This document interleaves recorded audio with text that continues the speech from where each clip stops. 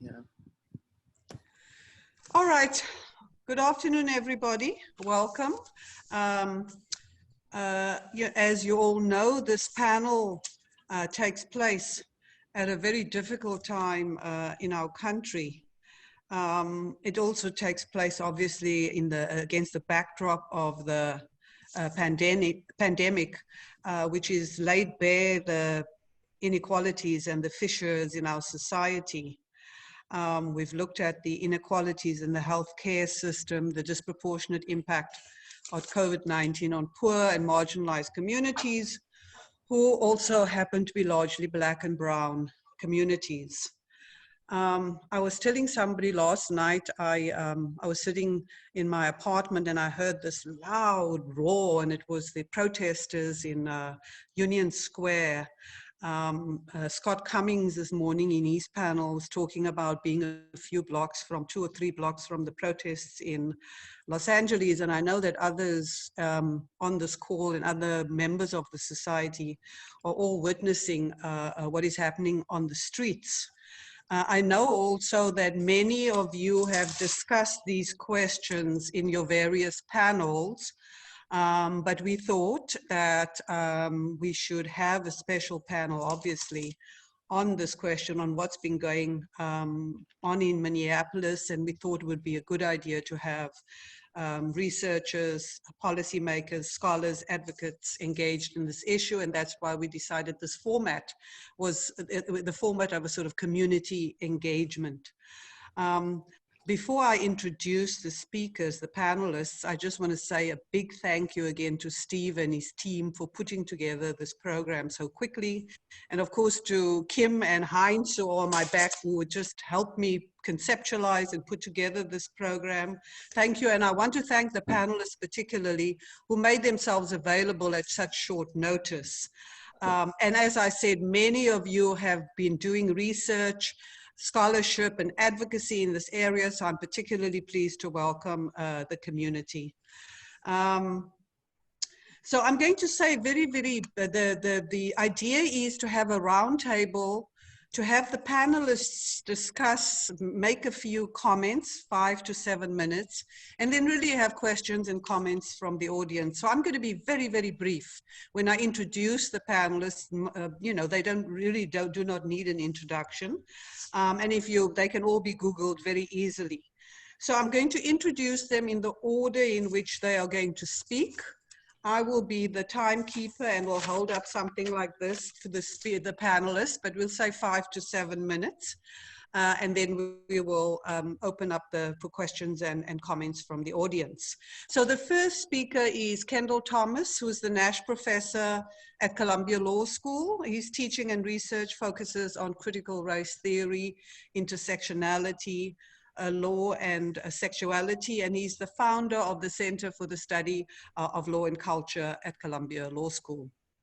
The next speaker is Bernadette Atueni, who is a professor at Chicago Kent College of Law. She's a human rights scholar whose work has focused on land issues in South Africa and the United States.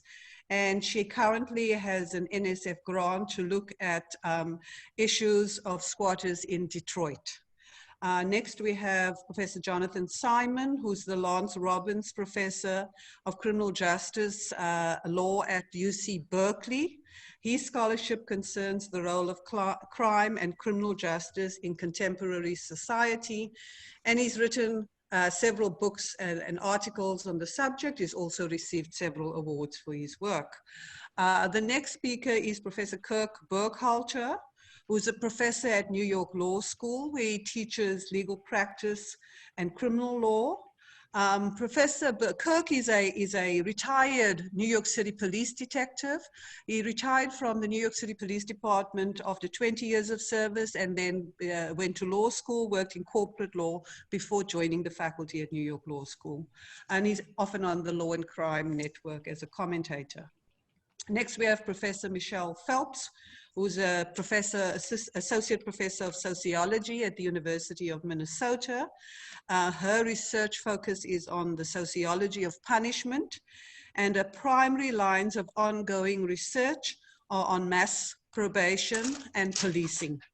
And then last but not least, we have Professor Patricia Williams, who's the University Distinguished Professor of Law and Humanities at Northeastern University.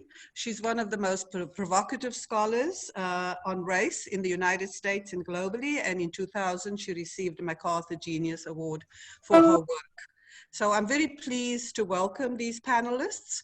And as I said, they will each speak for 5 to 7 minutes, and then we'll open up the floor for questions and comments. And I'll be very informal, okay? Kendall? Very good. Just give me a moment here. I'm negotiating the technology. All right. So hello, everyone. It's a real honor for me to have been asked to join this conversation. In the subtitle that she gave this panel, George Floyd and America's Continuing Racial Tragedy, Penny Andrews suggests that what we're looking at, in fact, is a tragedy, that the killing of George Floyd is the most recent instance in America's continuing racial tragedy. Some of you were on this platform or on whatever was the platform Wednesday, when I was privileged to participate in another panel organized by President Andrews on law and literature. So I thought I'd begin by asking the literary question. If the police killing of the American citizen that took place in Minneapolis last Monday was the latest episode in America's racial tragedy, what kind of tragedy did we witness when we saw those 4 police officers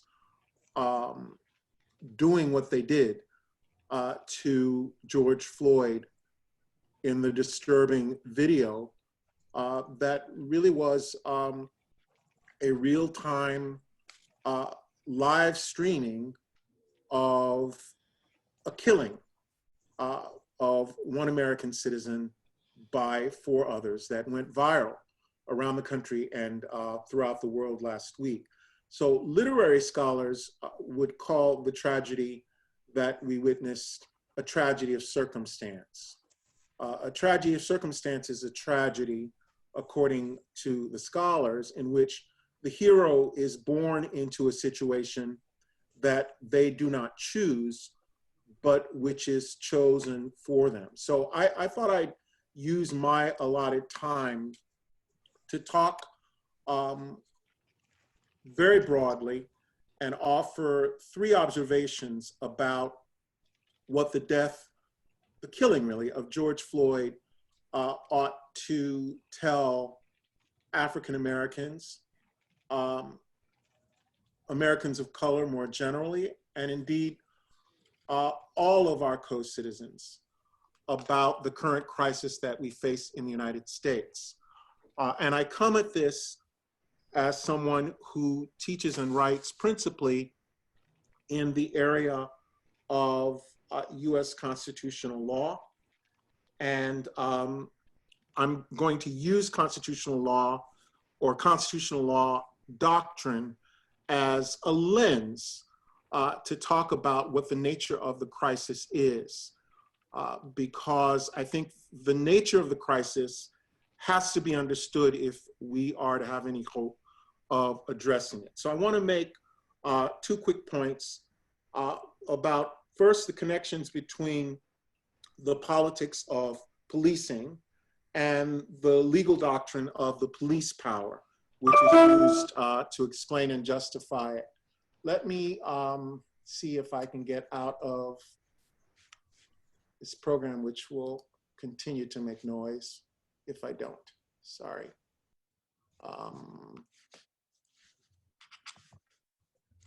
The mouse is not cooperating. Okay, here we are. So the connections between the political practice of policing and the legal doctrine of the police power.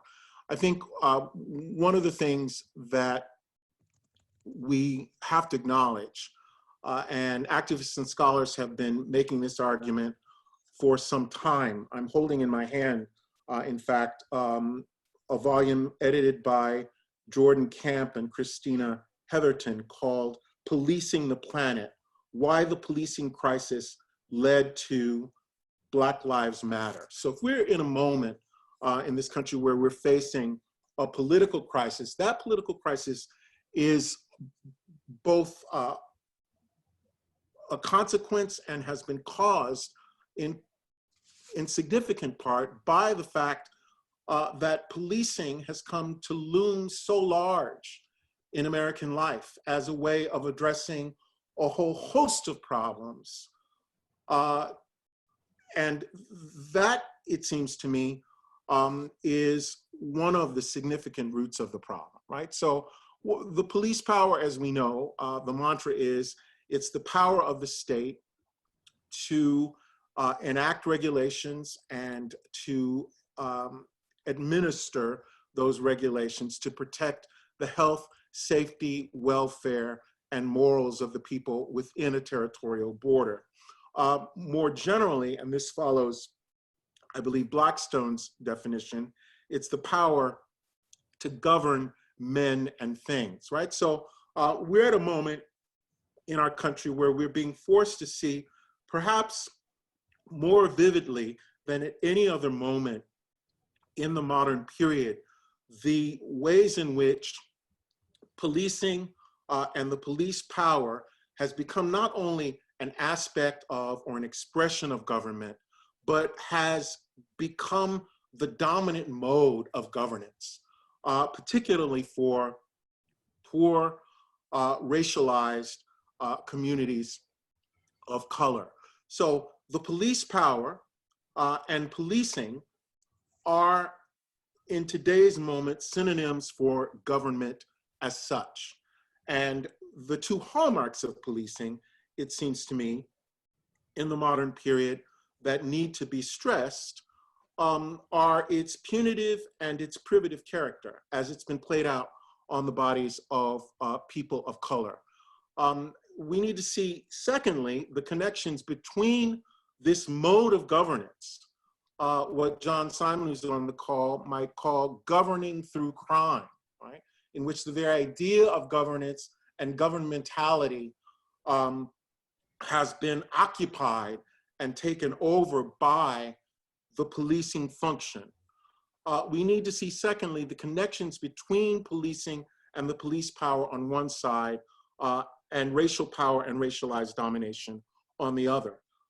There's a whole lot I could say for this. I will simply point out the very important work that's being done and has been done in a number of disciplines to show genealogically and conceptually the tight connection between policing and the very ideology and institution of the police power on one side and race, starting during the colonial period with slavery, in which the first form that government and governance took, one of the first forms at least, was that of the police power, even before the formalization of police departments in the early part of the 19th century in the United States. In his book on the police power, Marcus Duber points out that the most clear-cut illustration of the police power before the invention of the American police force was provided by the government of slaves. There were two forms in which the government of slaves found expression. One was the slave codes, which were formalized laws. The other was the plantation manual, which governed for the owners of human beings who were held in slavery, how they should be treated. And together, the slave codes and these plantation manuals became, as John Bush has noted, the public boundaries, not only between slave and free, but between black and white, and more generally between those who were governed and those who had the exclusive right to act as governors. And the policing crisis we face today, I would submit to you, follows in apostolic succession from the practices, some formal, others quite informal, that were developed to manage and to control human beings who were held as slaves. So what follows for thinking today about the contemporary policing crisis? Well, I think if we look at this history, one important point that we have to recognize. Is that a Zoom bomber? I'm terrified of Zoom bombers. It's a little baby, but it gives me an opportunity to say 1 minute, Kendall. Okay, is to think about the ways in which the police powers had both a vertical and a horizontal form. And here, I would say that although we're right to focus on the killing of George Floyd, we absolutely have to connect the police killing of George Floyd to the other events that happened this week, which involve not the vertical use of power by state officials against citizens, but the horizontal relations of power, horizontal policing between or among citizens. I'm thinking specifically of what happened in Central Park, where a woman weaponized the New York City Police Department against a Black male New Yorker because he asked her to abide by the law requiring you to leash your dog in the park. And secondly,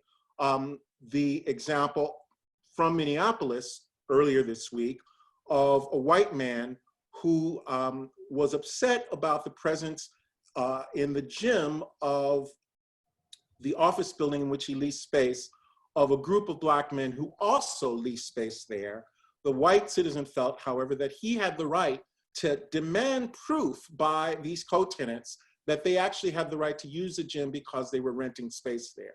So the police power is a partnership, it seems to me, in the contemporary moment, as it has been from its inception, and part of what Charles Mills, the philosopher, calls the racial contract among people who are socially recognized to be white, in which the state delegates to private citizens the power to police Black and brown bodies. The George Zimmerman case and the killing of Trayvon Martin is only one of a series of examples of that.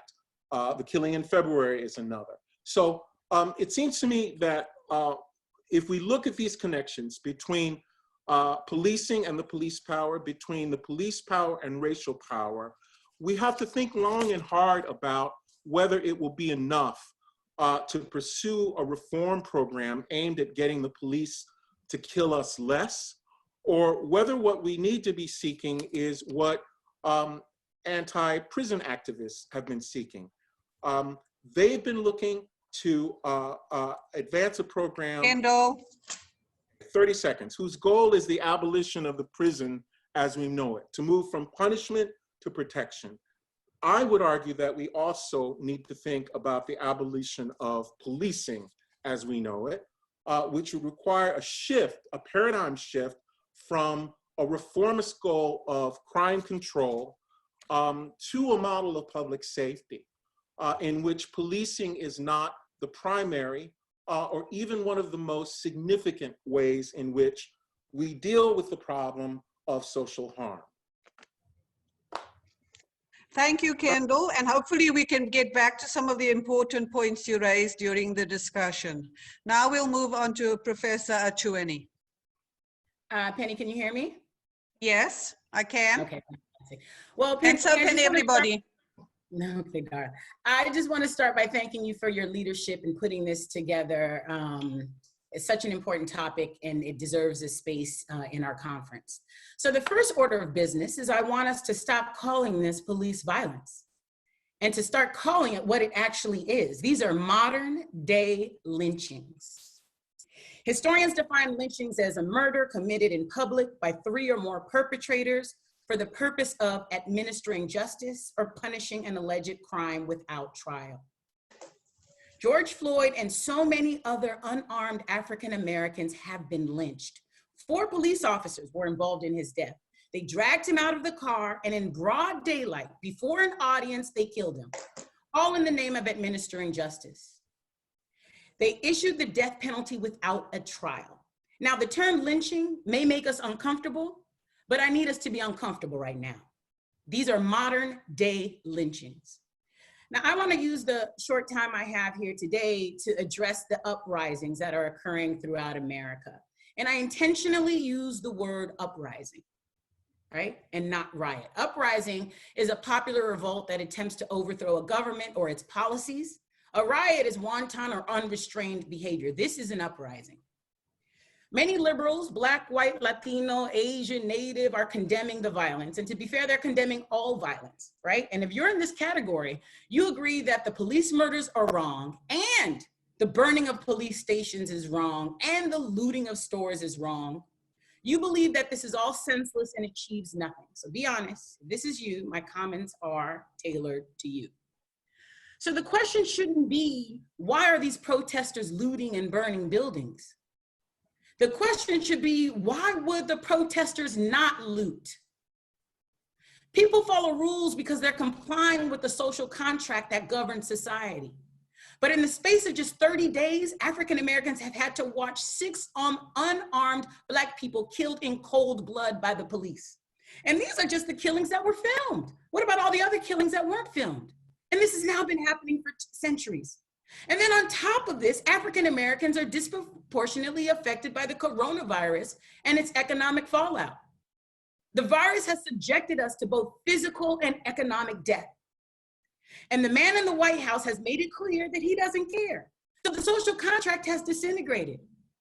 And so the correct question is, why would the protesters not loot? So many good liberals see the hypocrisy between how white protesters are treated and how Black protesters are treated, right?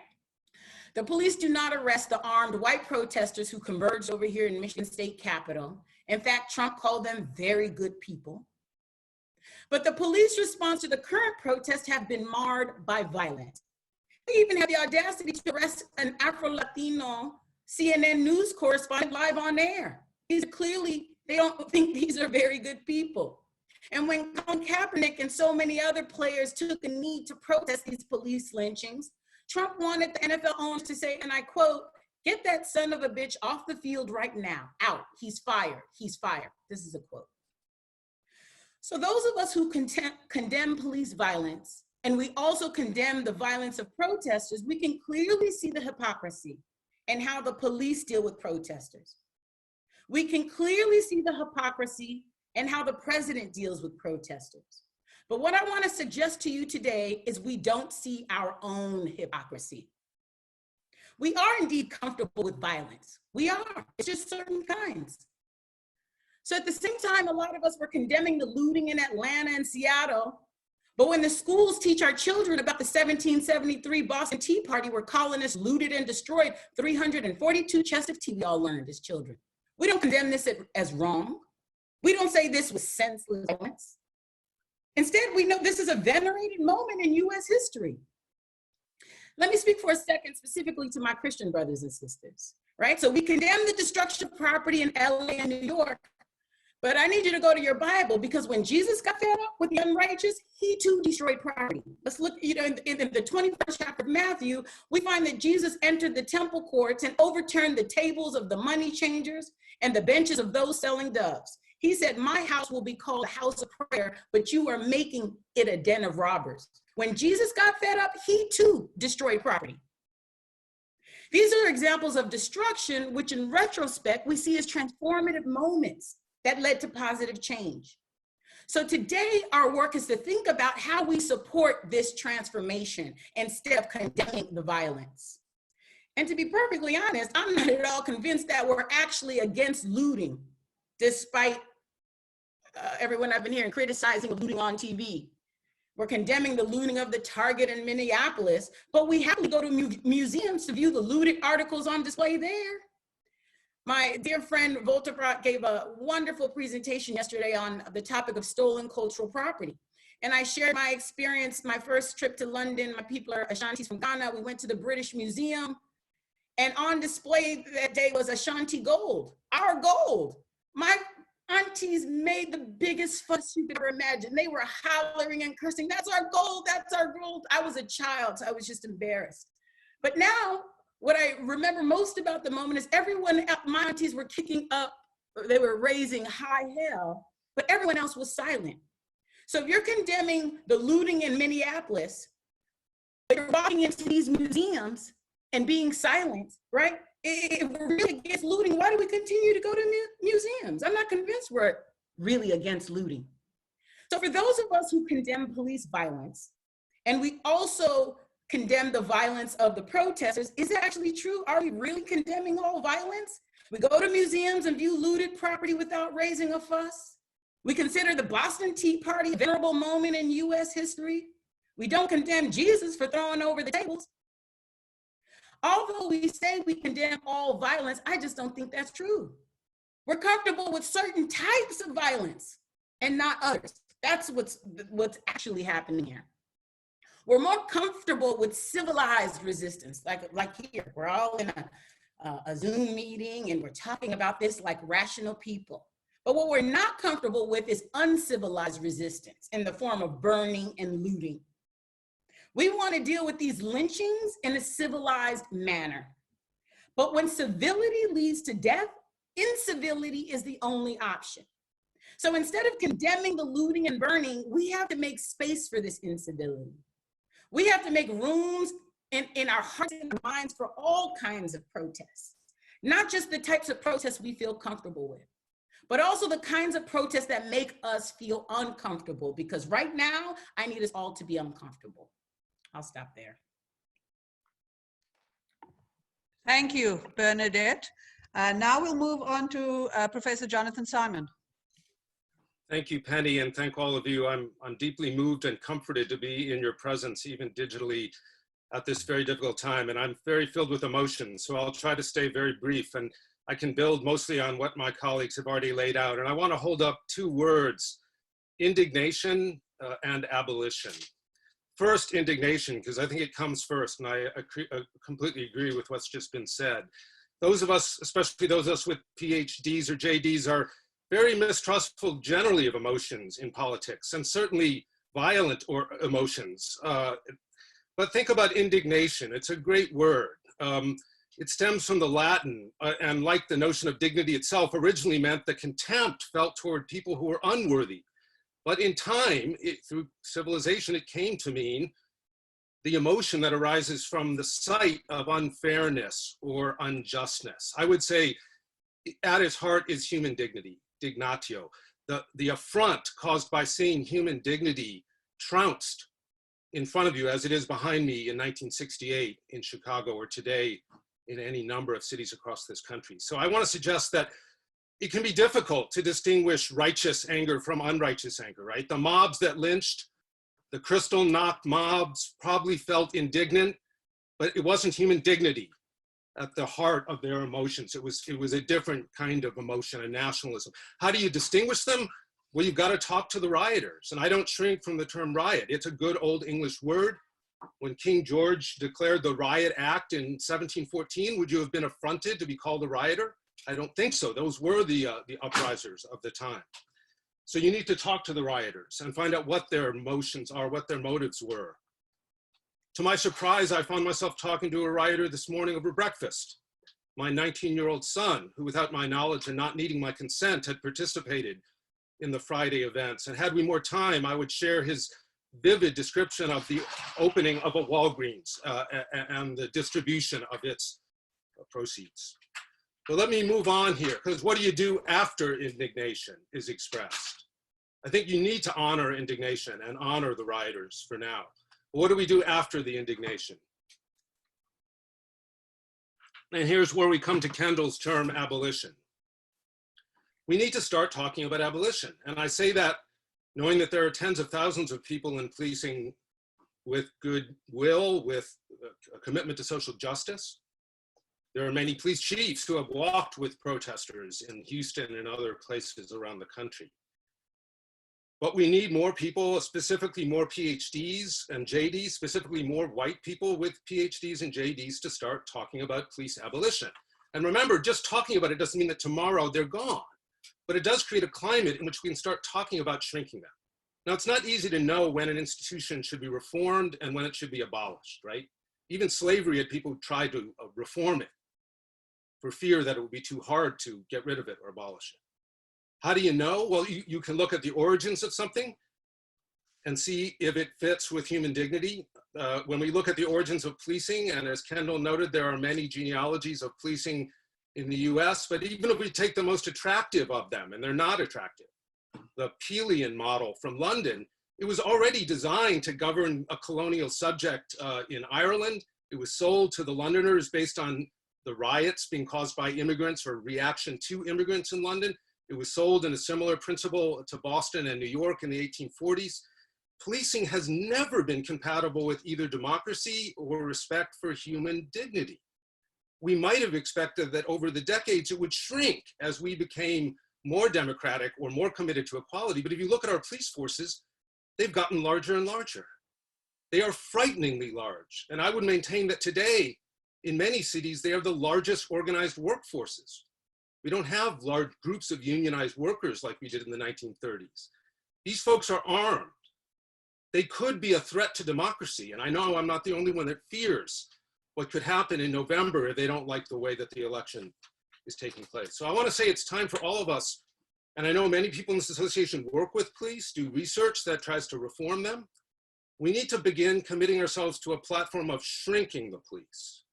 Shrinking the police. So if you're working with the police, ask yourself, is the research you're doing helping to shrink the police? I mean, the police will need help shrinking, figuring out how to stop doing some of the things. In Oakland, for instance, the police have dramatically reduced the level of arrests that they have done on a routine basis for decades of mostly Black youth. And if you're a social scientist helping them do that, keep doing that. That's shrinking the police. But if you're helping to bring legitimacy and resources to expand the police, then I think you really have to look deeply at what your research is doing and whether it's contributing. Finally, as Kendall said, when thinking about abolition, we may have at our advantage this time the fact that policing is so fragmented in our federalist and local governmental system. This isn't London or Japan where there's just one giant police force. We need one major American city. It could be Oakland, it could be Detroit, it could be Chicago, it could be New York, to commit itself to within a 5-year period decommissioning its police force. And in the meantime, creating a suite of new agencies to address mental health crises, to suppress violence with tools of suppression, not tools of violence, to run traffic, to do the many things that police do today.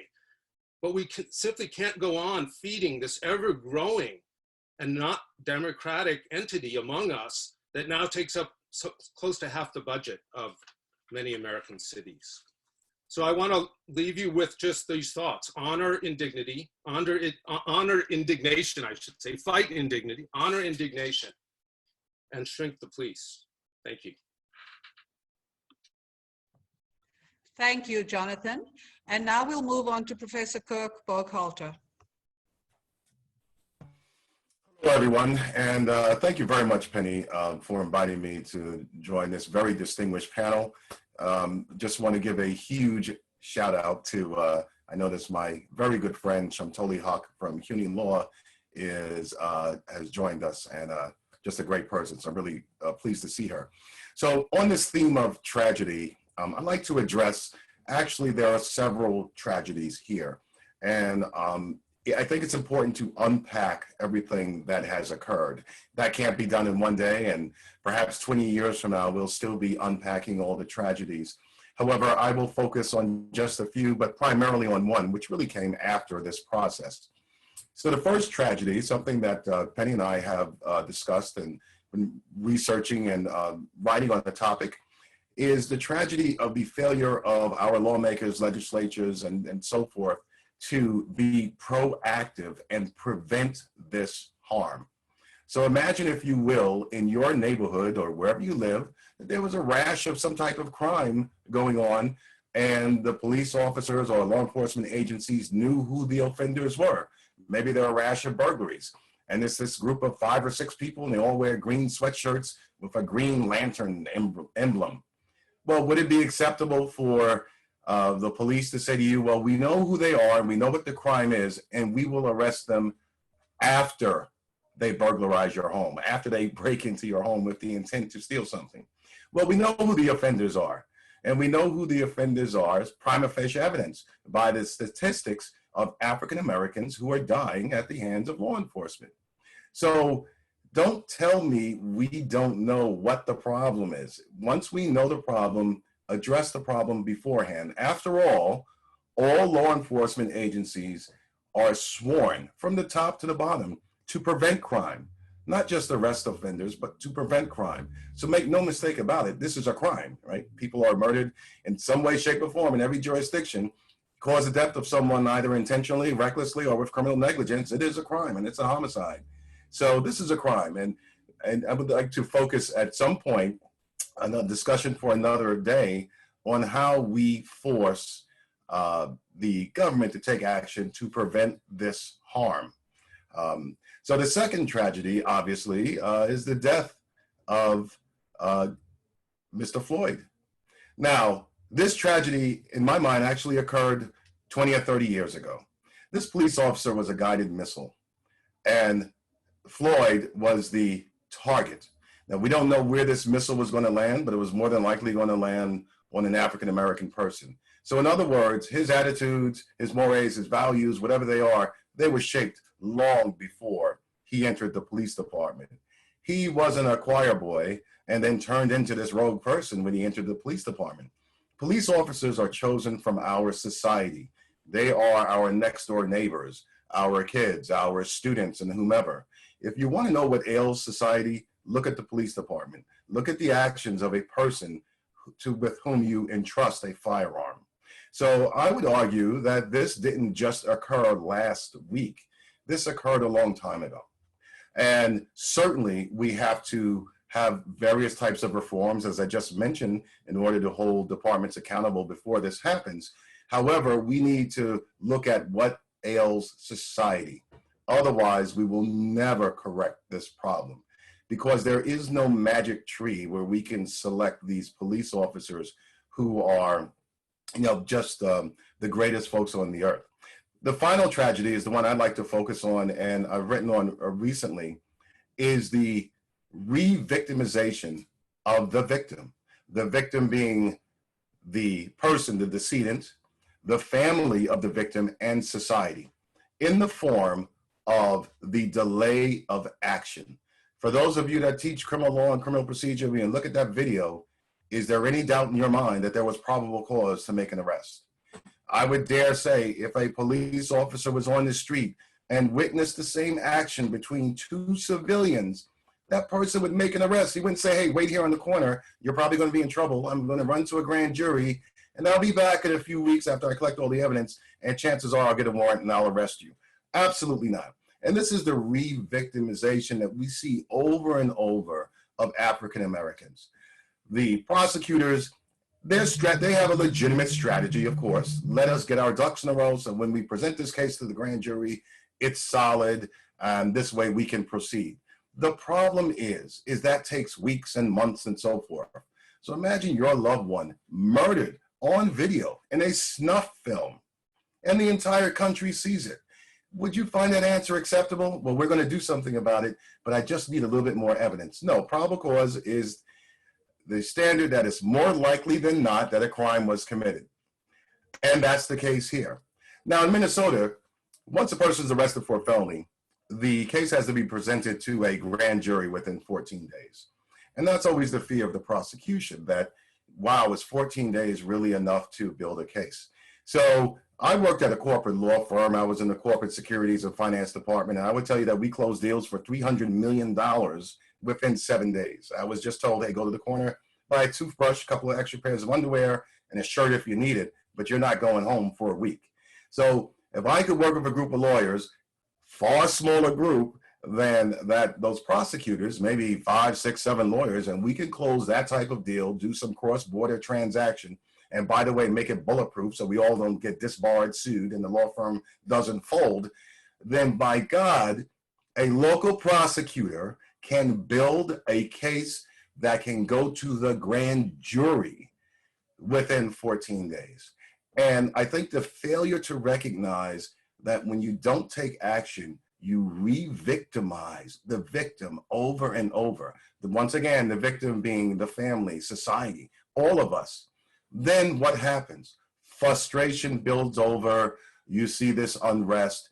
And oh my God, what is wrong with these people? Why do they get so angry?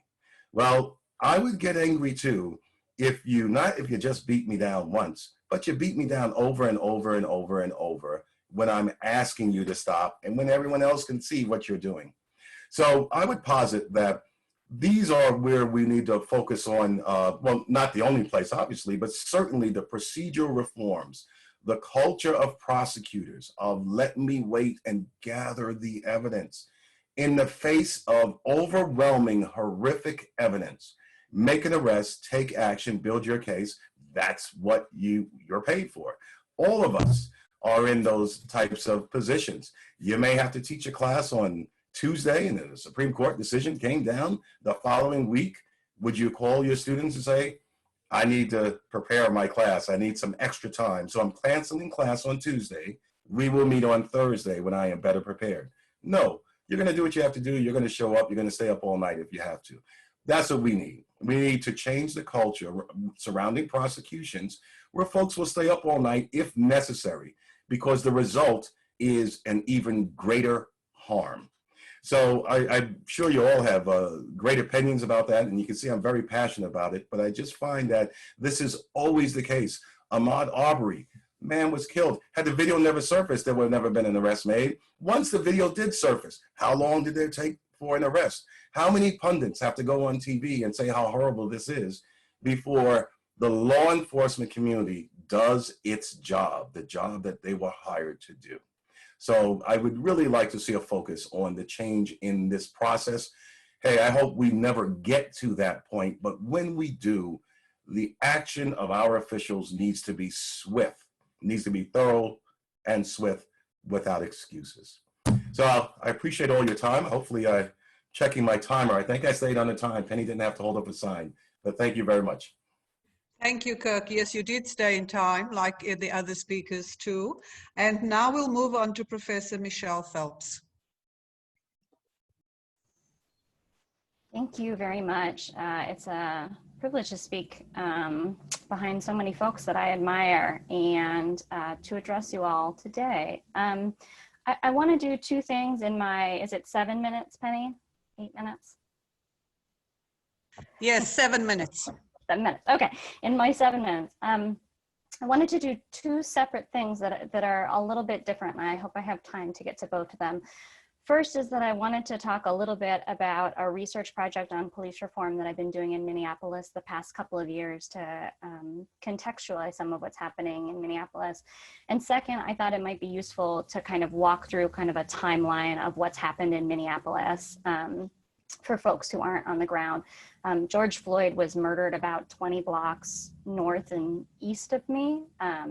And there's been standoffs between police and protesters at the precinct just up the street from me. So this all feels sort of the opposite of a isolated intellectual exercise. It is both deeply personal and I think critically important to the world and our country right now. So it's been a unique experience to witness it from so close.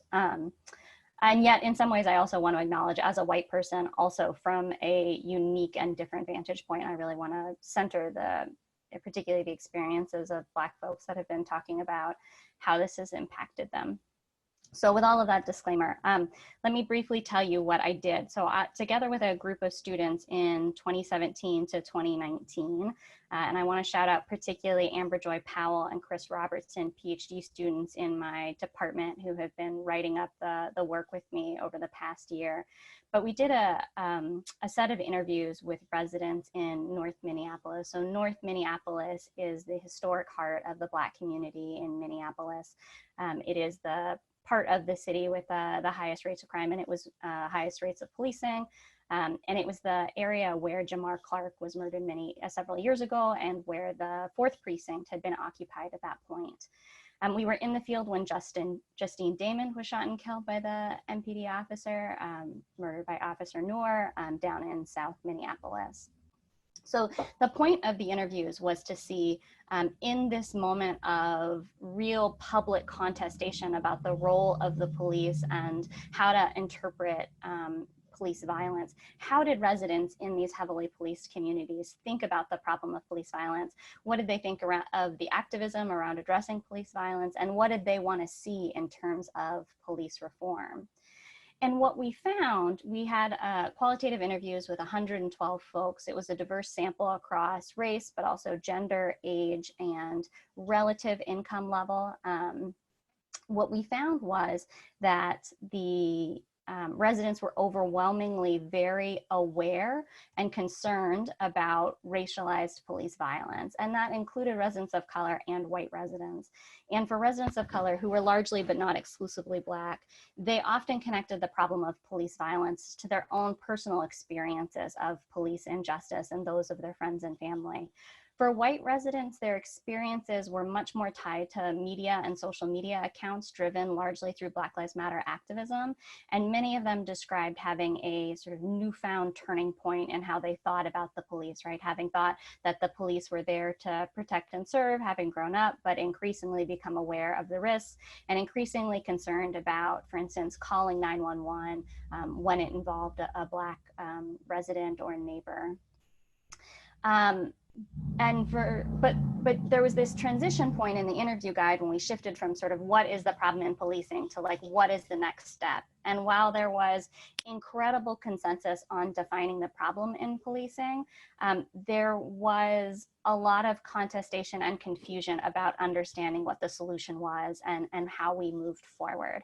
So for white residents, they would often talk about it as a few bad apples rhetoric, or for those who took it as a more serious and systemic problem, they would sort of say, oh, well, yes, I think we should do this kind of reform, but I'm not sure if it'll work. And we should maybe do this kind of reform, but I'm not sure that'll work either. I don't know, it's just very complicated. And they would sort of throw their hands up in the air. For Black residents, in contrast, right, they gutturally cried, stop killing us, right? But when asked about the reforms that people would support, people often said both that they supported the kind of reformist or 21st century task force on policing style reforms that MPD was doing at the time, but also that they thought the heart of the problem was racism, right? And they weren't sure that racism was ever going to get resolved. They weren't sure that police violence was ever going to get solved. And so people would sort of waffle back and forth often in the interviews between like, yeah, I think what they're doing is good and I think they should keep doing it. But also this is America and you have to understand that this is America and this is what happens in America.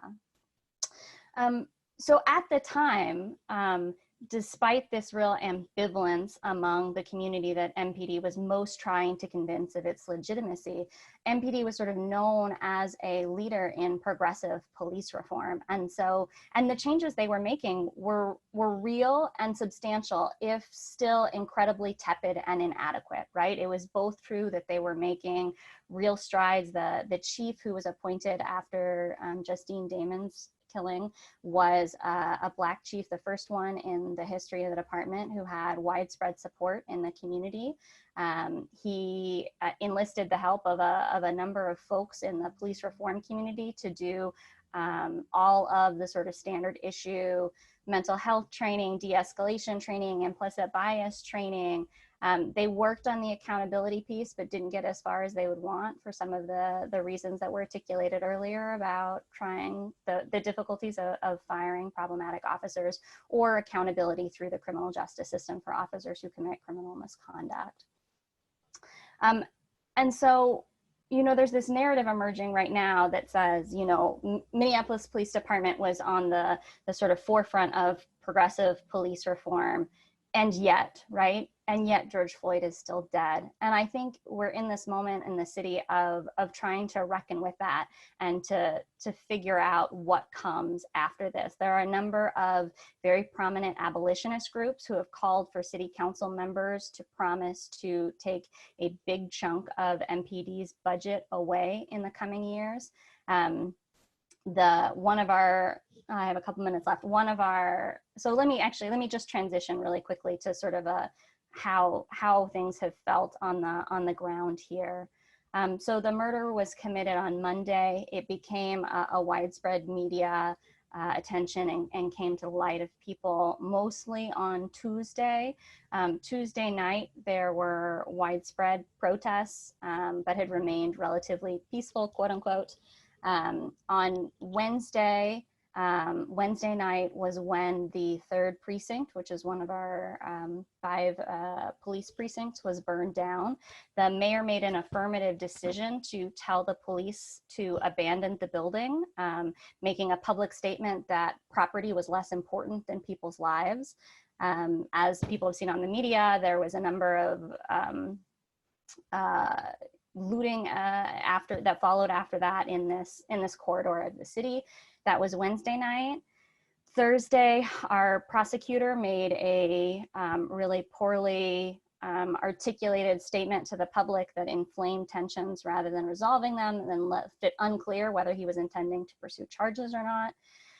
Thursday night felt a lot different. Thursday night, instead of having sort of a central uprising that was tied around the 3rd precinct or around the site of the murder, instead what we saw was small fires scattered throughout the city. There were reports of white men with guns, thank you, who were starting the fires and trying to act as sort of instigators. That quickly became highly politicized. The governor then claimed that what was happening was outside instigators and not local protesters, which was not quite true. And last night, the National Guard was out in force, and there were widespread accounts of police aggression using tear gas and rubber bullets, but fewer fires reported. So that's sort of where things sit today. I think it's very much a situation. Things are in flux here in Minneapolis, and we know the world is watching. So I will pause there. Thank you very much. Thank you, Michele. And now we'll move on, last but not least, Professor Patricia Williams.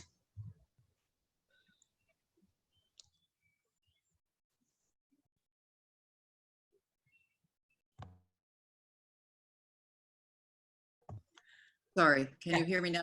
Sorry.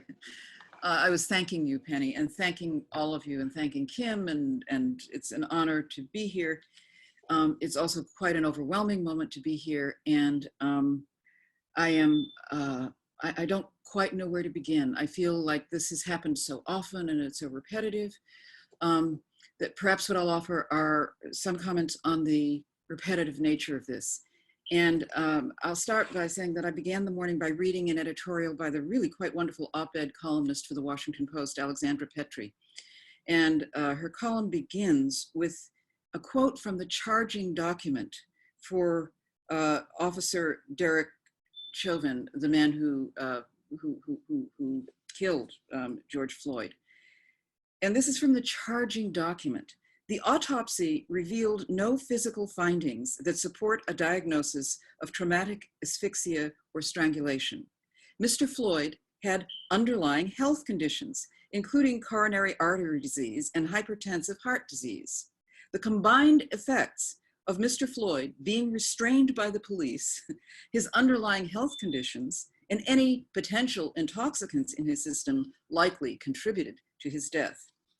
And I'll just, her editorial is quite wonderful, but let me just read you the first couple of sentences. Suddenly, she says, as if by magic, through no fault of anyone's, these underlying health conditions and potential intoxicants that had not even made up their minds whether to exist yet, decided to strike. And how convenient that they chose the moment when Derek Chauvin placed his knee on George Floyd's neck. And I was really struck in that description of the overlap between the other pandemic that we are dealing with, which is the disproportionate, not just COVID-19, but the disproportionate impact on populations of color, particularly African Americans, where a great deal of that disproportion in numbers is frequently rationalized. Well, it's their pre-existing comorbidities that is causing the higher death rate. And the burden falls on their poor life choices rather than on poverty or lack of PPE or lack of health insurance. In other words, there's no social role at stake, just an inherency of the Black bodies at stake.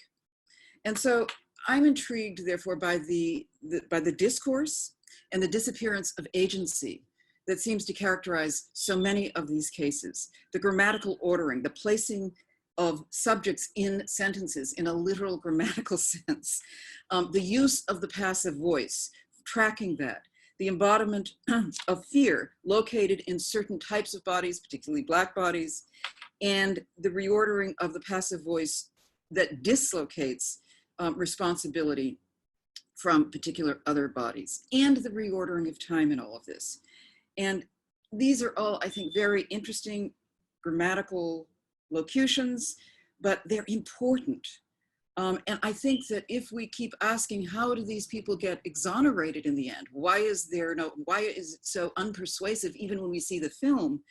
I think we should perhaps also be on the watch for discourses that keep turning victims into defendants and the dead into deadly agents. And so, for another example, shortly after Michael Brown was killed in St. Louis, literally days afterward, there was a death of a man named Kajimi Brown. He was mentally ill, and he took some baked goods from a convenience store. He tossed them onto the street and then stood on the sidewalk calling out to the police, "Shoot me, shoot me, shoot me, shoot me now." And as Josh Voorhees of Slate put it moments later, the police complied with his request. And then they explained the action by what is now a very common label, unfortunately, suicide by cop, or police-assisted suicide. And this is a very interesting deploy of the passive voice. It completely removes the agency from the police. It deactivates the intentional action of a state actor. And the locution eliminates the possibility of official responsibility by recasting a police officer as a passive instrumentality who is merely activated only as an extension of the will of the deranged, self-sacrificing Powell. I think this is true in other very visible cases like Rodney King case. In the trial of the officers in Simi Valley, King was described as being in complete control, directing all the action, and even choosing the moment when he, quote, wanted to be handcuffed. And I wrote a piece about the trial and the riots in 1992 and described it thus: who could not but tingle with admiration as the police officers invoked the goddesses of soft restraint and even sensuality and the deft descriptions of what they called the application of departmentally approved power strokes to the upside and downside of Rodney King's hard head. Likewise, the employ of all those terms that turned Rodney King's body into a literal gun. What to those of us who only saw the plain old normal version of the video looked like King's body helplessly flopping and twitching in response to a rain of blows became, in the freeze-framed version, designated a cocked leg, an arm in trigger position, a bullet of a body, inherently armed, always poised, always about to fire itself into deadly action. And so what to some of us looked like King's involuntary motor responses to the multitude of blows Officer Powell alone struck King more than 45 times became, according to the defense, evidence of how anesthetized King was to pain, of his failure to, quote, go into compliance. And frozen frame by frame, the original video was subtitled with the most extraordinary explanations. Sergeant Kuhn ordering his officers to hit King in the elbows, knees, and wrists in order to get him to submit because King provided no, quote, nonverbal communication that he was ready to to comply. Frame by frame, even when King was lying on his back with his arm raised in apparent surrender, the defense intoned that his legs were, quote, still cocked, and that he, quote, had access to his hands and access to his legs and a visual sight of where the officers were. A few frames later, he was on his face, unconscious and limp. Said the defense, now he is in more of a compliance mode.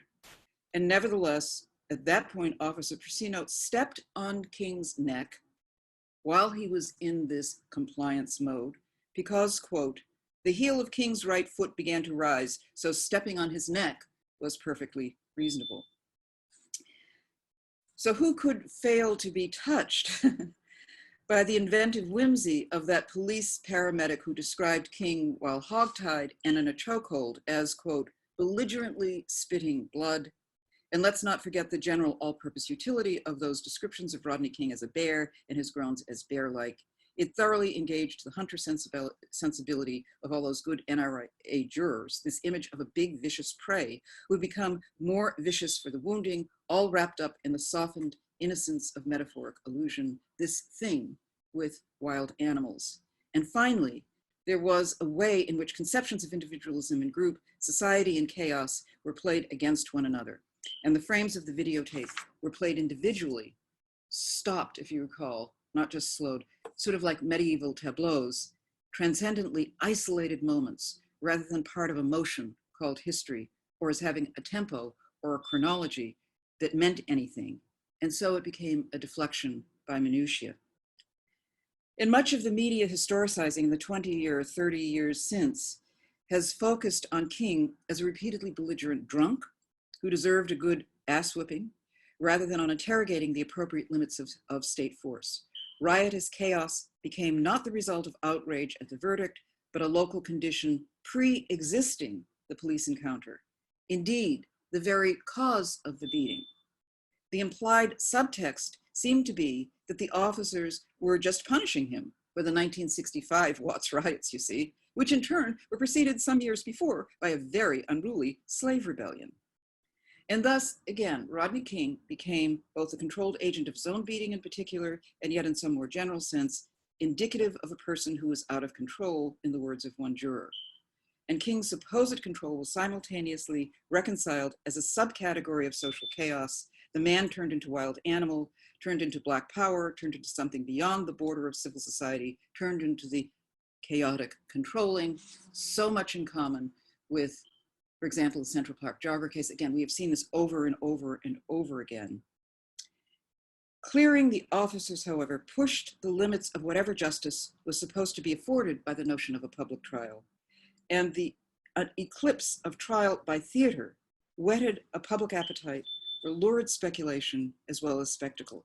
It was and remains an appetite, I fear, that is satisfied neither by a guilty nor a not guilty verdict. For surely so much melodrama is always building to a yet better denouement than that. I listened to the rapper Michael Render, who was under the unfortunate name of Killer Mike, talk about the murder porn that people are watching over and over and over, and the appetite for that right now. Unfortunately, the American media consumer demands great pulp fiction, a comic book narrative of good and evil in perpetual dramatic tension. And if so, then people of color are not only beyond the pale, but are the necessary ingredient for a certain kind of repetitive need to beat them back. Thank you so much, Pat, and thank you for all the speakers. You've given us such thoughtful perspectives, so passionately and inspiring. So what I would do now is open the floor for comments and questions. There's a little icon in the participants list where you can raise your hand, or you can send me a chat privately if you want to ask a question. All right, let me see whose hands are raised.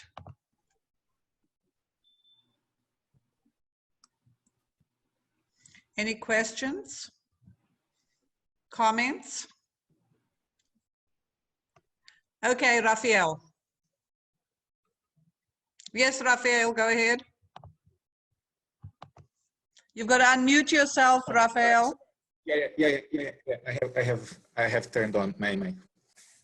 So I want to say everybody good evening and to express my solidarity for every Afro-American person in the US. And I must say that I am in Brazil now, in São Paulo, and this is also our case here. So when I was following your all your presentations, it seemed to me that actually those descriptions, they could pass well for our case here in Brazil, because the majority of our people in prison are Black people, young Black people, young poor Black people.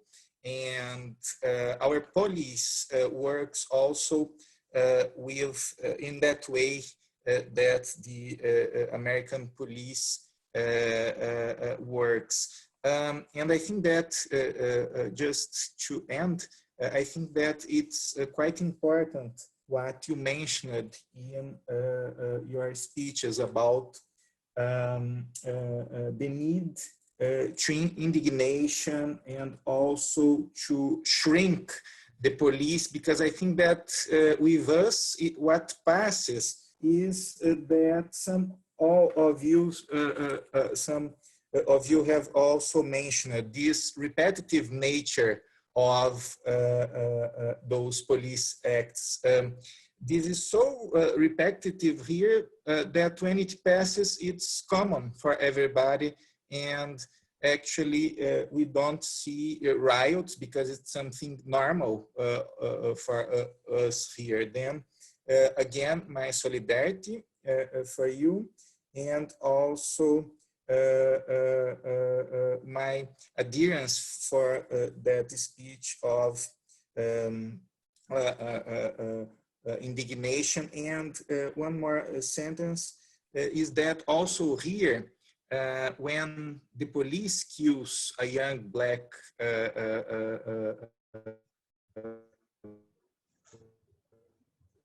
person, resistance followed by death, a little bit as you were saying, by suicide, by cope, and so on. So my solidarity. Thank you. I wonder if I could just take the privilege here, because I don't see any hands up at the moment. Oh, two participants have raised their hands. So let me go to, oh, Kirk, you raised your hand, and Kim. Kim, why don't you start, and then Kirk? And then I have a question.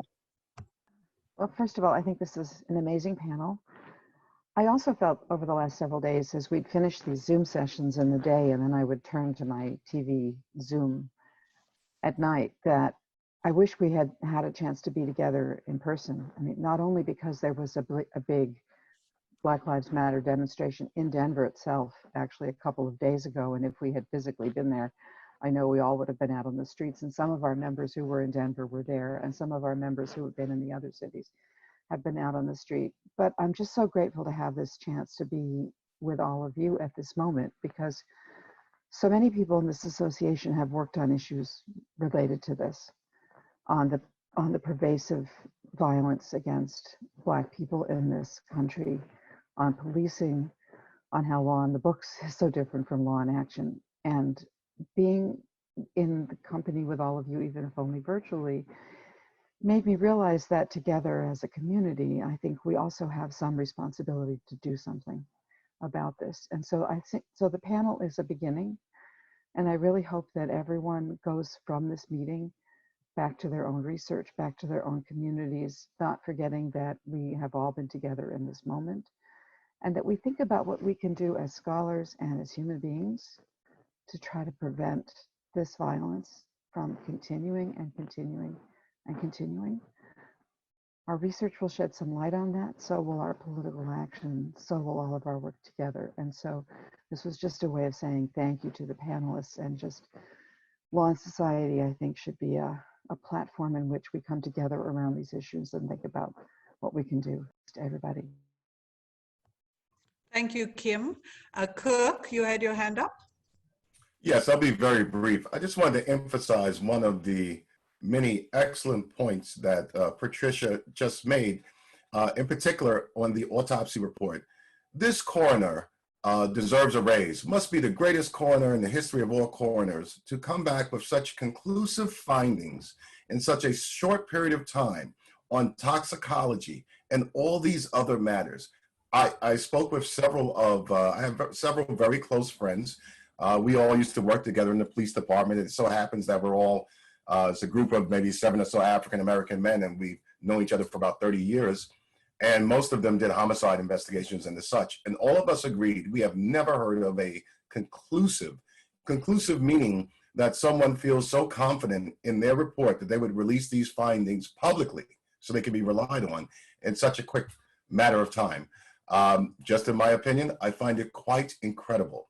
Further, this tends to taint the jury pool, to vilify the victim so early on. It's, you know, I hate to say, you know, equated to another harm, because no harm is greater, no one harm is greater than any other. But this is like, you know, when you have a victim of a sexual assault and you ask them, well, what were you wearing? Well, why did you choose to wear that particular outfit? It is unconscionable. Whether this man had anything in his system is irrelevant. As we all know, in so many areas of law, you take your victim as you find him. And that's your problem if your victim was more susceptible to harm than someone else. You shouldn't have put your hands on him. You shouldn't have committed a crime. So I just want to thank you, Patricia, for bringing that up. It's an excellent point, and just love for everyone to really focus on that and stay on top of it. Thank you.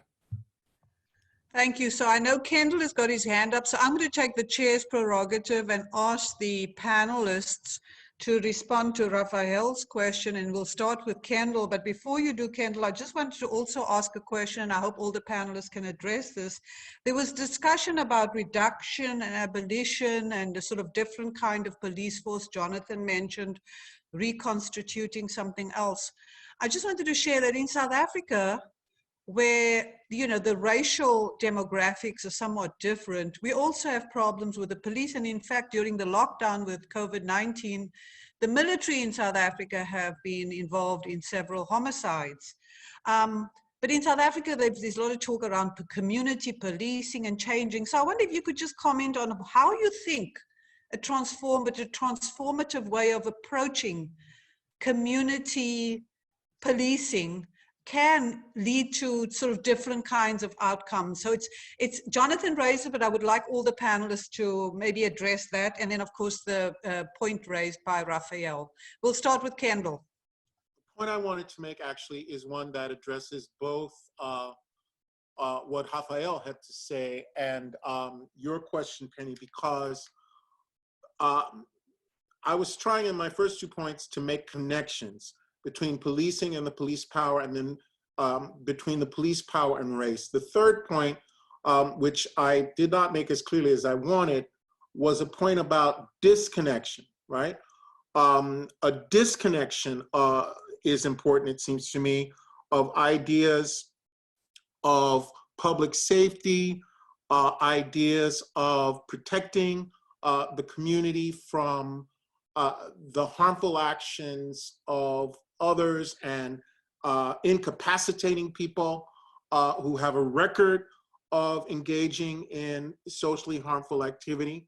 That third point about disconnection is the abolition point. And the reason I make it is precisely because of the ambiguities in this idea of community policing, right? The scholars of the police power said it's both, at one and the same time, one of the broadest and the least specific and ambiguous ideas that we have in American political and legal culture.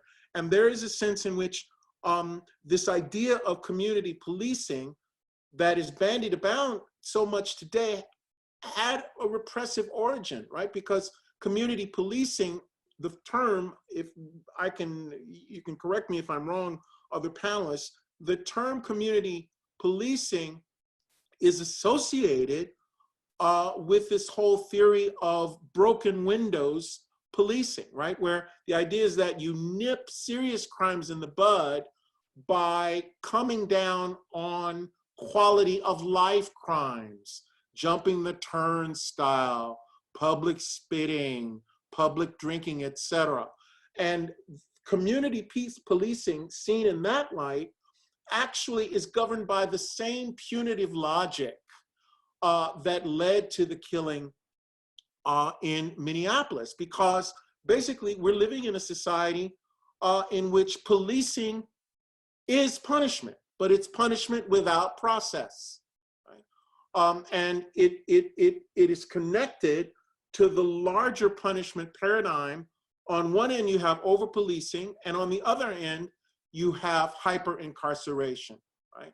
And so to say that we need to reform the police by thinking about community policing seems to me to neglect answering the question, is police reform going to be futile in the absence of a willingness to address the larger ideological and cultural problem, which is the criminalization of Blackness? And this goes to Rafael's point. In Portuguese, you have this word malandro, which translates roughly into the word thug, right? What did Donald Trump call the people who were taking to the streets?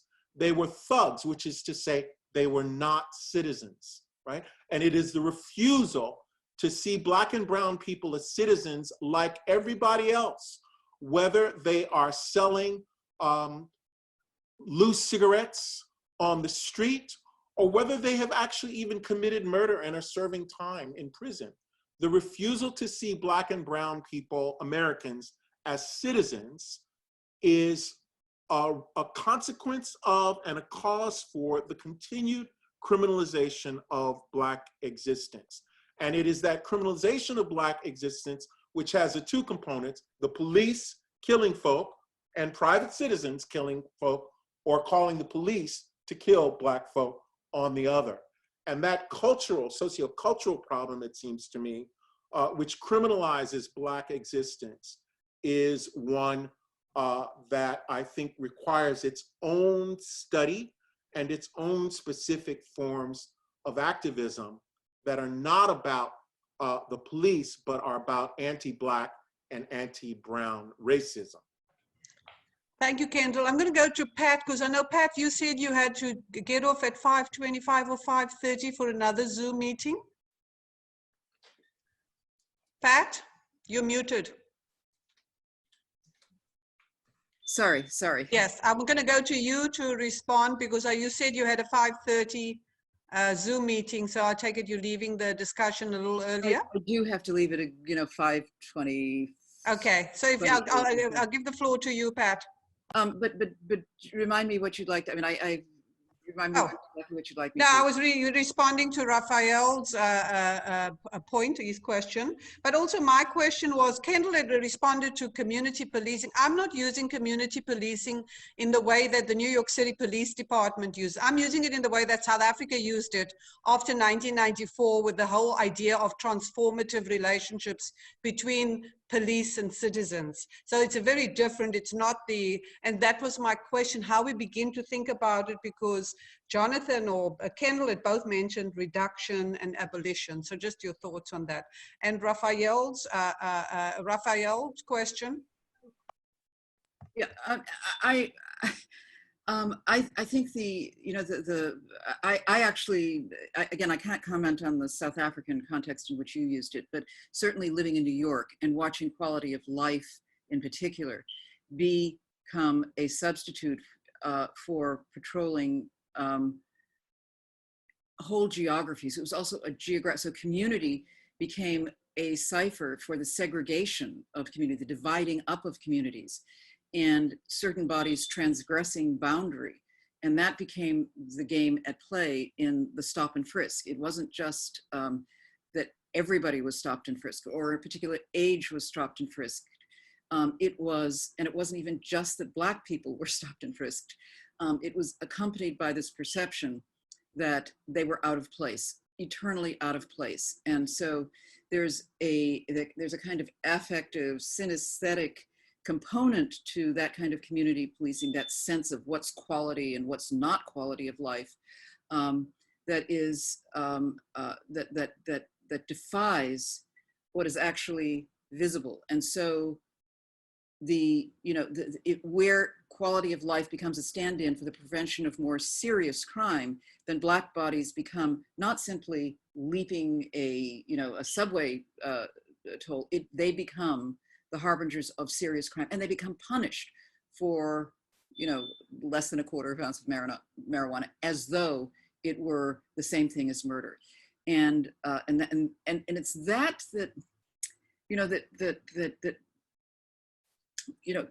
confuses what we mean by evidence in any context. I keep thinking of evidence. Kendall brought up in the other panel the question of etymology, and evidence is about seeing. Is that what we take from seeing? I'm thinking of Trayvon Martin case, where there was a big debate during the time of Trayvon Martin's death, saying, well, we didn't see what happened, and therefore there was, quote, no evidence. That kept being brought up in the defense. There was no evidence because there were no eyewitnesses.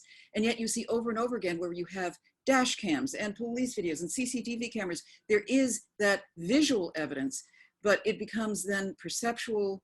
It becomes a kind of cognitive, not just interpretation, but a sensation, a response to it that's very affective. And that's what I mean by the almost the synesthetic sense of, the sense that the very sight and the very smell, the very touch of a Black body anywhere near a geography that is perceived as owned by white people, or in which you're displaced, it is a danger.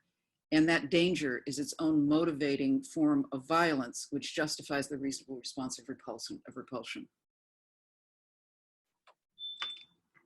Thank you, Pat. I know we're going to continue the conversation. I'm not sure, but just to say thank you formally, because I know you'll leave in a few minutes. I will be gone. Okay, I really appreciate the time you took to be here. So okay, and so now we're going to go in the order in which you spoke, Bernard, Professor Atueni, and then Professor Simon, Professor Burkhalter, and Professor Phelps.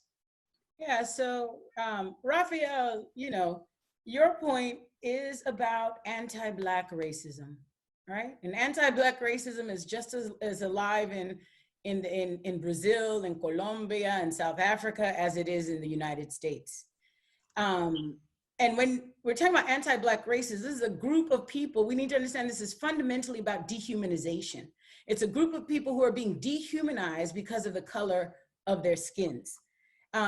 Because when your humanity is actually visible, they can't just take you out in broad daylight and get away with it.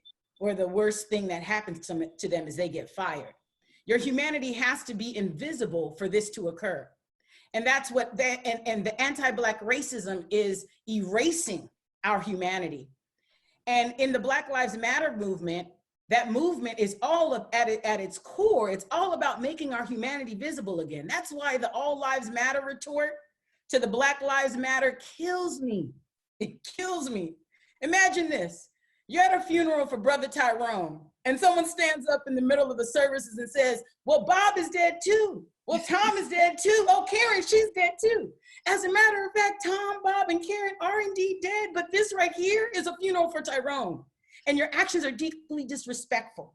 So those who insist on declaring all lives matter, given the context, it's disrespectful. The Black community is mourning the incessant police lynchings of our people, and we are at a funeral, so please stop talking about Tom and Bob. Black Lives Matter is our funeral for the millions of Tyrones. It's our cry for visibility. It's an attempt at rehumanization. It's an attempt to undo the dehumanization that anti-Black racism has done. I'll stop there. Thank you, Bernadette. We'll move on to Jonathan. Thank you, Penny. And I've just learned and felt so much from this whole series of presentations. Let me just say briefly to Rafaela's point, as Ashley Rubin pointed out in a session I was in the other day, you know, the US shares with all the countries in Latin America a history of genocide, of colonization, of slavery, of racism, of mass immigration, of reacting to mass immigration. We share a tremendous amount, often hidden by the US's imperial dominance over those other countries, which makes it very uncomfortable for a white US person like myself to go, yes, I'm an American in a broad sense, right? But I do feel that we need to build that kind of solidarity. About community policing, it's very complicated. And let's acknowledge that a great scholar in the association, Herman Goldstein, who passed recently, was one of the fathers of at least one version of community policing. There are so many. It's a little bit like American Trotskyism. You can identify so many different variants of it, but I'm afraid to say they're all failures, I think, even though they had good thoughts behind them and good desires behind them. And maybe I'm wrong. Maybe there are forms of it yet to be deployed. But at the end of the day, I think it's a little bit like trying to reconstruct a meat grinder into a ventilator. There's just limits to what, you know, the origin of something as a way to control non-free subjects, colonial subjects, slave subjects, etc. Try to rebuild that into a tool for equally dignified citizens. That's a tall order. And I know in South Africa, they tried to get rid of the old South African police and reconstitute a new kind of police.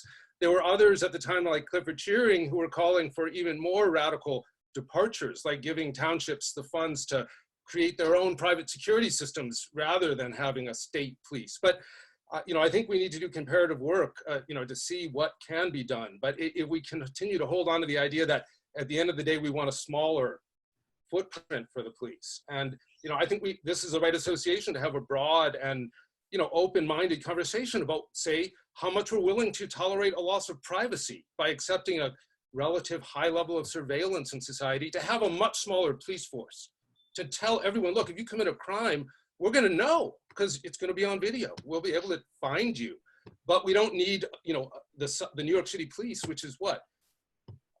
I can't put the figure on it, but it's a huge force of people. I'd be frightened if I lived in New York to think that there's an armed group of people that big who with a class consciousness and not necessarily my interests. Thank you, Jonathan. Kirk? So first, Bernadette, I would like to have permission to use your funeral analogy in perpetuity. So it was really hit home. You know, what I'd like to do is just hopefully, Raphael, this addresses your question to a certain extent, and the broader issue, talk about training versus education. It destroys me to my core when I hear, well, we need more training. More training tends to not solve anything. Training tends to be teaching someone a specific response to a very specific stimuli. When the ball comes to your left, you need to move to the left with your right foot. That's training. Education is very different. My belief is that given the nature of society, well, let me put it this way. We still train police officers the way we've trained police officers for the past 100 years. My father's a retired sergeant. He joined the police department in 1962. The police academy I went through in 1984 was almost identical to the police academy that he went to. I guarantee you that the police academies we see today are almost identical as they were 100 years ago. Usually you have this 6 months of training and something, maybe social science, police science, and a little bit of physical training and tactics. Society has evolved exponentially. In my opinion, and I know this is somewhat of a radical model, I don't see any way any police training, any academy can be under 2 years. What you're looking to do is not train, but to educate.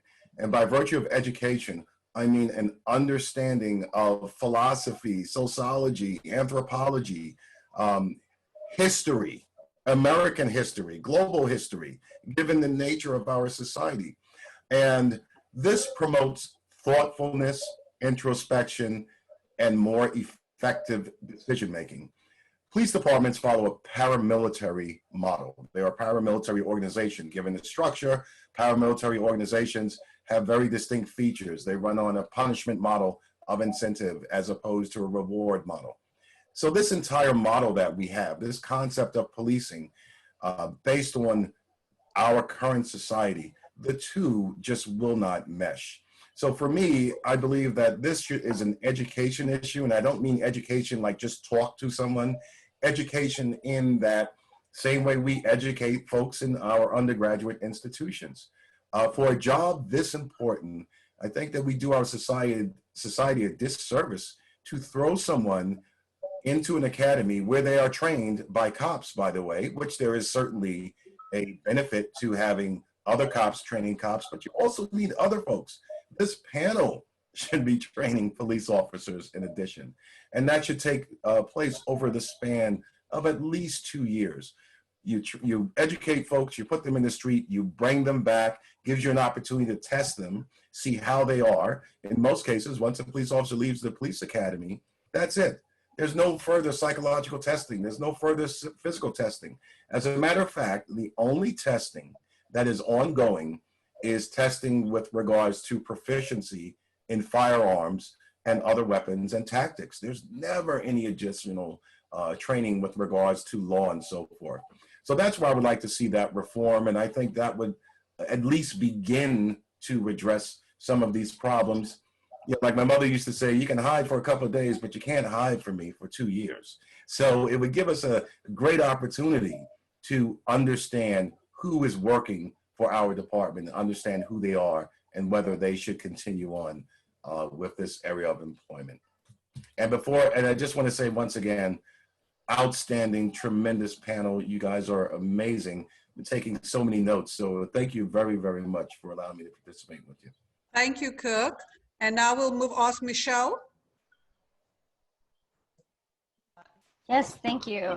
So much to digest. I first off wanted to just lift up, I didn't in my original comments, but I wanted to lift up Bernadette's comment about referring to this as a lynching. You know, if we think about the public spectacle of this, if we think about the role of the victims and the role of the perpetrators, if we think about the way that it was broadcast across the country, I think lynching is exactly right. And there's been a lot of push to call it murder, right? Versus killing, versus some passive voice construction of death.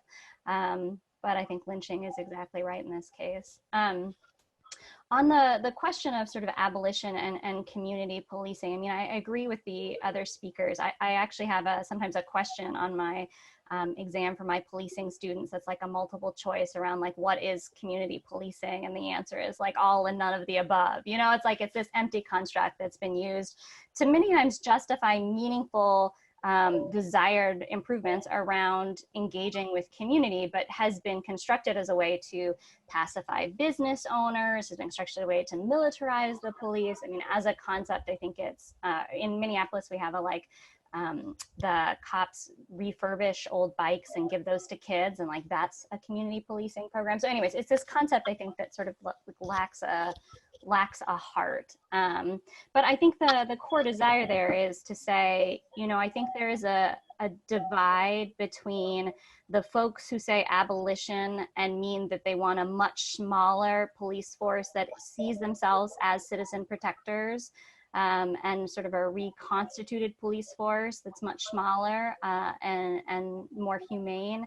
And then folks who really want to see policing in any kind of form done, right? And want it only to be in communities' hands, quite broadly defined. And so I think there's sort of a tension there, right? That a lot of the sort of attempts towards community policing are seen by some abolitionists as kind of pushing against what they're fighting for, because it sort of humanizes the police rather than really shifting in that direction. That said, I think, you know, there's a lot of common ground. I think there's a lot of support right now for alternative mechanisms of safety, supporting diversion programs, supporting not having police officers in schools, right? There's a lot of things, decriminalizing sex work, decriminalizing drugs. I mean, there's a lot of places where I think that those two groups have a substantial body of overlap and common goals that they could work towards. I guess the final thing I would say on the sort of how do we think about abolition and the future of policing is that, you know, in the interviews that we conducted in back in 2019, which feels like a lifetime ago, you know, one of the reasons that people were really ambivalent about the future of policing and what they wanted to see was that policing were in many respects the only state institution that was visible in their community, right? They were the only people that you could call and respond to social problems, and people had a lot of concerns. And so even though they deeply distrusted and saw police as a threat, they often were also calling the police, right? Because those were the only people that they could call upon for help in their community, right? So if we think about the core of the problem as racism in the United States and racialized state failure across all of these different systems, I think part of the work of abolition then is not just about fixing the back end when it shows up in policing, right? But also fixing the front end and fixing, creating real power in communities of color in particular, so that they aren't reliant on police, so that there are other services to call, so that they have other resources, and that there isn't that same tension and massive demand for state control.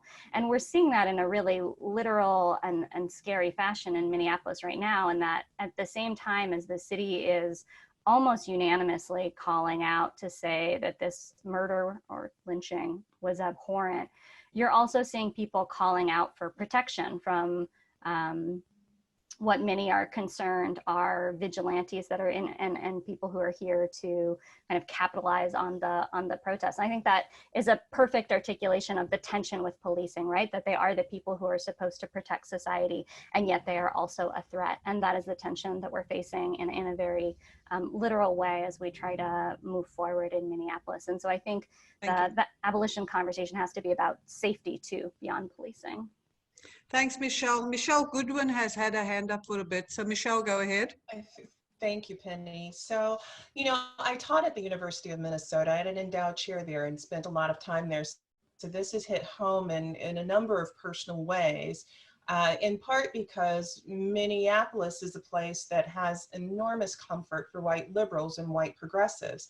It's a place to very easily ignore what happens to Black people, or to treat it as if there must be something wrong with the storyteller, because white people position themselves as the center of the story. So how could that actually have happened to you at the yoga studio, at the Lowe's, at the Home Depot, at the valet, at all of these other places, because that doesn't happen to me and I'm the center of the story. And when we think about policing, we have to think about more than just policing, because the police reflects what we're willing to tolerate in our society. And I think what made this dramatically different than all the other ways in which we've seen Black people shot in broad daylight was the fact that this actually was a lynching.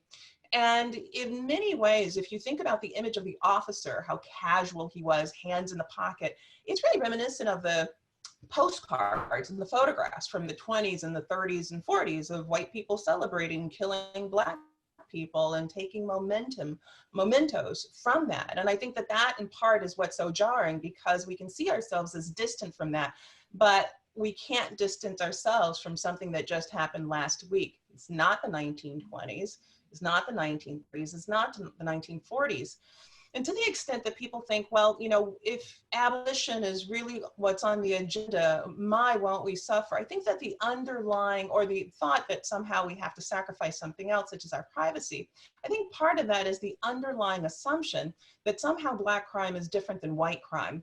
One of the things that I've started doing recently is stopping my colleagues who say, well, yeah, but you know, it is that Latinos and Black people, you know, it's like, no, it's not it. If we actually policed Stanford, Yale, Harvard on the weekends like we do New Haven and other parts outside of those campuses, we'd see that there's a whole lot of crime being committed by young white people, perhaps even more than what we see by Black folk, but we don't police it. And somehow we're willing to tolerate that. We're willing to tolerate the goofiness, the drunkenness, the drug use, the drug exploitation when it's on the campus at Yale, when it's on the campus of the University of Minnesota, when it's on the campus of the University of Wisconsin, all of that. And we don't even police it. I have a very good friend who shared with me a story from a couple years ago about a young white boy breaking into her home in Madison and her calling the police, and the police being upset at her because didn't she just understand that he was drunk from the football game? So anyway, I mean, I think ultimately one of the things that this time brings us to is thinking about the stories that Black people have told for so long and have gotten exhausted telling their white colleagues and their white friends who've not paid attention. And I think one of the saddest parts of this week is that it's taken all of us to see this lynching in order to take a pause and to finally think, oh my gosh, maybe there's something to the stories that these Black people and other people of color have been sharing for so long. Thank you, Michele. We have just about a few minutes left. If any of the panelists want to respond,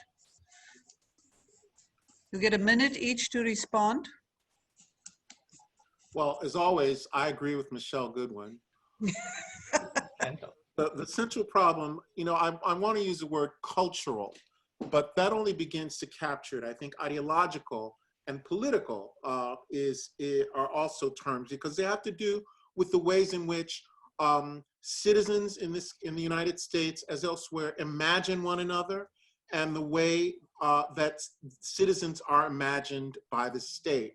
And we continue to be imagined as criminals. I often tell my students a story of how I knew in the first grade many years ago, when I learned how to read through the Dick and Jane readers. Dick and Jane were white. Everybody in the Dick and Jane world was white. And so when we got to that page in the reader, which talked about the policeman being your friend, I already knew at 6 years old from my lived experience that that was not true. And I saw the ways in which people in my community were being represented as criminals in a kind of matter-of-fact, routinized, unremarkable way. And I think what the convergence of COVID and this police brutality is doing is forcing us to see, even if we don't want to see, the ways in which the rule of law, the very idea of the rule of law, is racial. White people get rights and responsibilities from the government. We get biopolitics. And so when Achille Mbembe talks about the necropolitical power over life and death, he is capturing something that is true about the Black and brown experience of the life world of politics and of the law, that we, I think, have both an ethical and an intellectual responsibility to study and no longer shy away from by virtue of our socialization as legal and academic professionals. That ugliness needs to be named and anatomized in ways that we have been reluctant to do, largely because we thought it wouldn't affect us. But we're seeing that, you know, that's false too. Thank you. Kirk, you've got 1 minute. Final point, and you know, I'd like us to also keep in mind, it's not only over-policing, quite often it is under-policing. So there's a perception quite often in many departments, and it's this collective consciousness that communities of color, communities that are financially below the average, don't mind a certain amount of lawlessness in their community. If you're a person of color, you don't mind if your neighbor plays his or her music at 3 in the morning. You don't mind if someone commits certain acts or violations that would never be tolerated, for instance, here in New York on Fifth Avenue or in, you know, certain areas. So, you know, we have no middle ground here. It's either over-policing or under-policing, much in the way, I've coined this term, a child's room, right? We allow a certain, if you have a small child and that child has his or her own room, you allow a certain amount of disarray and lawlessness in there because after all, they're a child. It's not until that lawlessness and disarray moves out into the living room, and then enforcement is heavy-handed. You're not going outside, you're not going to school until you clean your room, you're gonna stay here and do it. So what we see is, we see this under-policing quite often in communities of color. And when that spreads out and boils over, you have, for every city, there's always these Operation Pressure Point, Operation this, Operation that. And that is this heavy-handed policing in this neighborhood of color because, oh my goodness, things have gotten out of hand. Well, that's because you have not delivered your mission. You haven't delivered the services that you promised everyone in an equal fashion. So there's this ugly cycle, in my opinion, of under-policing and then over-policing, and under-policing and over-policing, but no middle ground. So just something else to think about. Thank you. Thank you, Kirk. I want to thank our panelists. Can I just say something quickly? Okay, Bernadette. Yeah, half a minute. Yeah, Yes. half a minute. I just want to say, you know, I want to talk a little bit about silence. Because if you have 10 bad cops and 1,000 good cops, but the 1,000 good cops don't turn in the 10 bad cops, then you have 1,010 bad cops. And unfortunately, at my university, at my law school, we haven't issued a statement about what's happening. So I cannot tell you how grateful I am to you, Penny, for even, you know, you responded to the situation, created this space for us to have this conversation. It's so important. But I think we need to go one step further because, again, silence is the sin. And so I would like our association to have a public statement about what's happening as our next step. Because again, silence is the sin. Well, I agree with what you're saying, Bernadette, but there are many, many people in the association, true to the mission of the association, doing work in the area, doing their research and scholarship and some advocacy and so on. I totally agree with you. And we can think about, you're a board member, you can think about how we as an association should respond appropriately.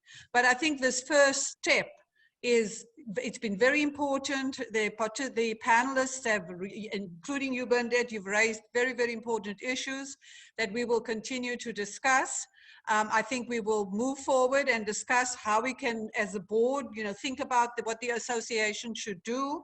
This session has been recorded and will be put on the LSA website if people want to talk about, you know, sort of follow up. And all is left for me is just to say thank you, all of you, for participating, and thank you very, very much to the panelists. Thank you. Penny.